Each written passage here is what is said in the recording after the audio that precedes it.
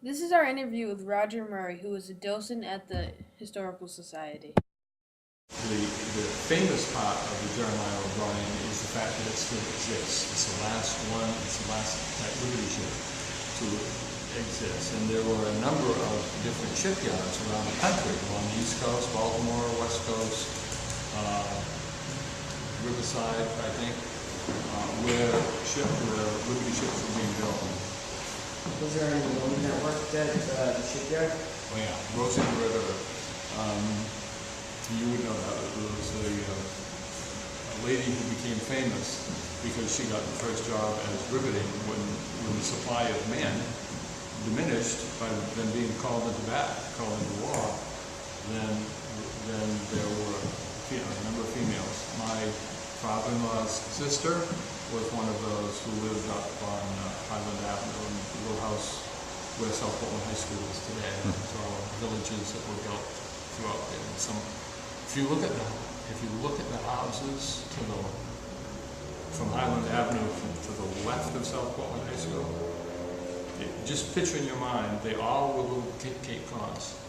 Now, over the years, many of them are in December of 1941. And so there was plenty of manpower then, and so most of the workforce was men.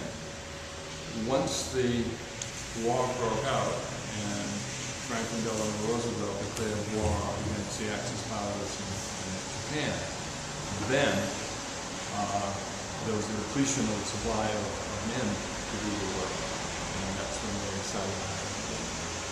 Do you know how many Liberty ships were built in the New England Shipping Company? In The New England Shipping Company?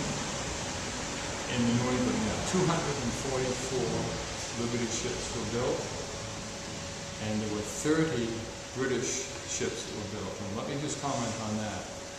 Back in 1940, the shipyards were being built because the United States was providing material,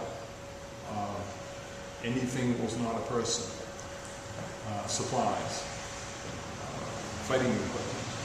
And they were sending it to Great Britain. And what the Liberty ships did was provide a vehicle that got all that material over to Great Britain. And they had contracts. And South Portland Shipyard had a contract to build 30 of those. They're essentially Liberty-type ships, but they belong to the British government, but we built them here. And so 244 Liberty ships plus 30 British class, ocean class British ships. We talk about 274 ships that were built there. The last one was launched in June of 1945. There were a number of ships that were in production at the time, various stages. If they had left the basins that they were in and were to be outfitted, they were sold.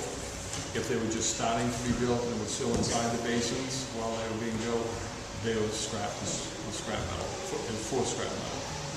So why were Liberty ships? So how many people as a crew was on Liberty? 12. Yeah.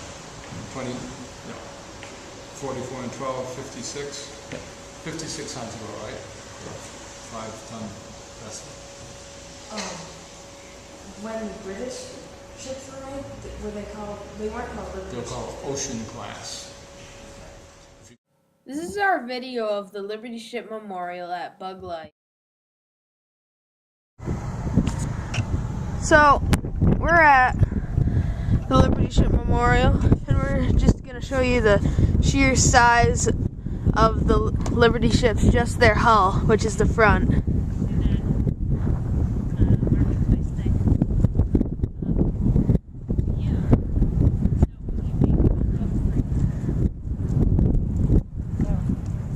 Did you know that the Liberty ship's nickname is called the Ugly Duckling?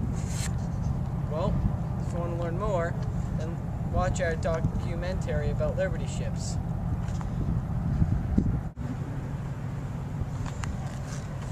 Lots of women worked at the shipyard because most men were out at sea fighting in Japan and Europe.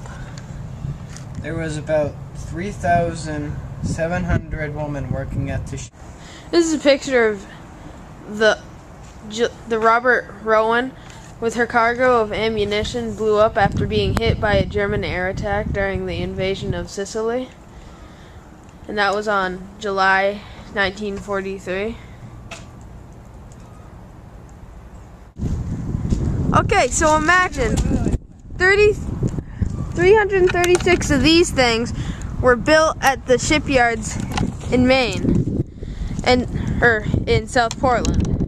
That's a lot just looking at the size of the ship. Did you know that Liberty ships were 440 feet to 441 feet long?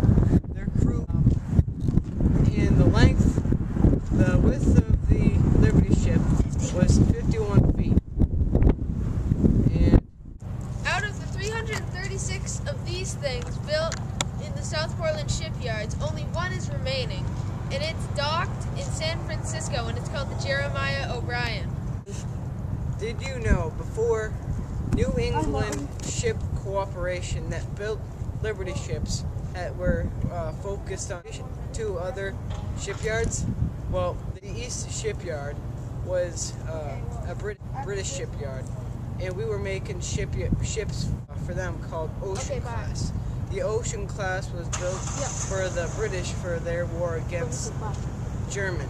So, and then in the war, there was another shipyard that was called the East Shipyard, and we made all the other ships and all that kind of stuff for the war.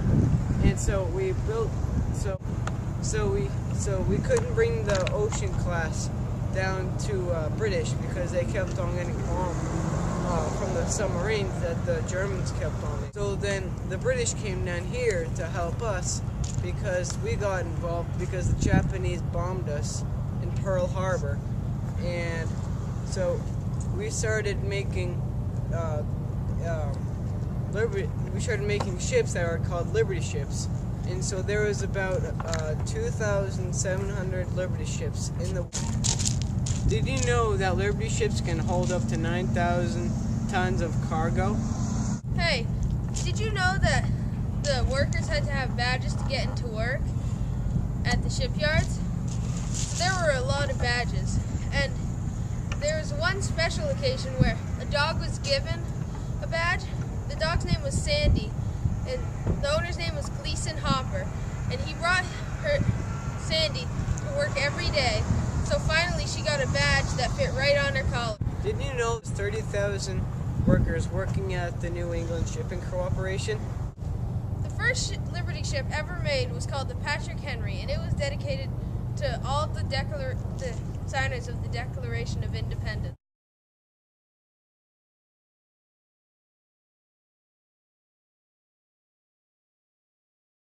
Liberty ships' main use was to transport cargo to Japan and Europe for soldiers in the war.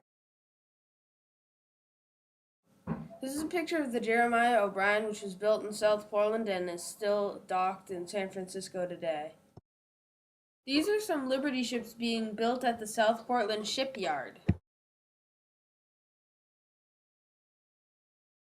This is a picture of the Jeremiah O'Brien getting ready to be launched.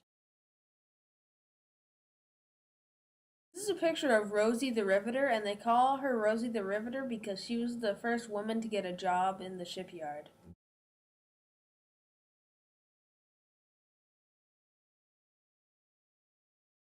This is a Liberty ship being built in a shipyard in South Portland.